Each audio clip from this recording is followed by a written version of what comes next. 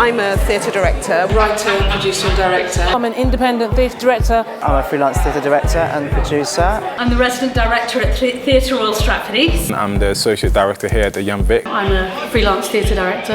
I am a producer and director. I'm a freelance theatre director. I am executive director of Words of Colour Productions. I'm an actor and producer. I'm the associate artistic director of the Young Vic. I am a film and television editor. Music composer. I'm a playwright from New York. And I am the artistic director and producer. I'm an actress, playwright and in the future artistic director of a building. Hopefully something like this. I think ADF is an extraordinary organisation. It's a very powerful event.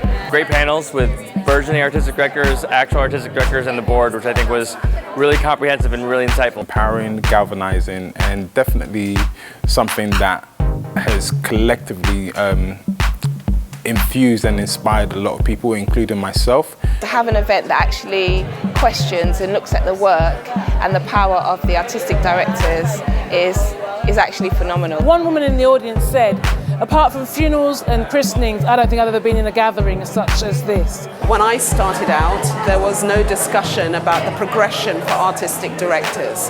It was even just being given the opportunity to direct a play and the responsibility for doing that in the first place. I think it's quite interesting to compare this kind of discussion to what's going on with Black Theatre Live and the consortium that they're creating for diversity in the arts. A lot of issues have been raised which are very relevant to today to do with theatre and involving diversity. Sadly, we're here yet again talking about the same issues in relation to representation as directors and within theatre.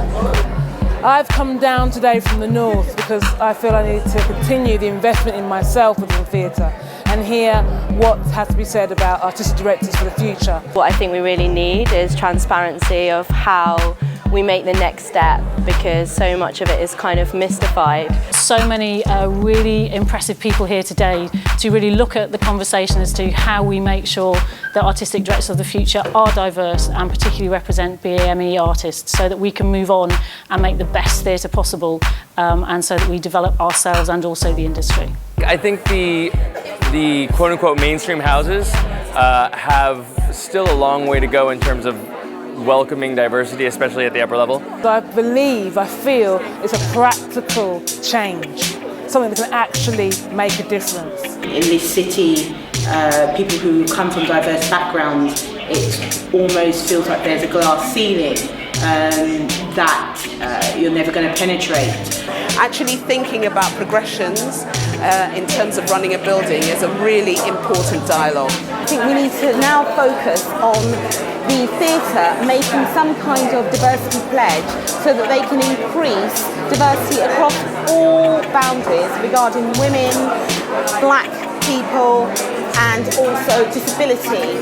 It was encouraging because they all acknowledge there's different realities, there's different approaches to take, and I think one of the interesting points to be raised, particularly by Kerry Michael from Theatre Royal Stratford East, is about the fact that there needs to be more pressure placed on theatres to change.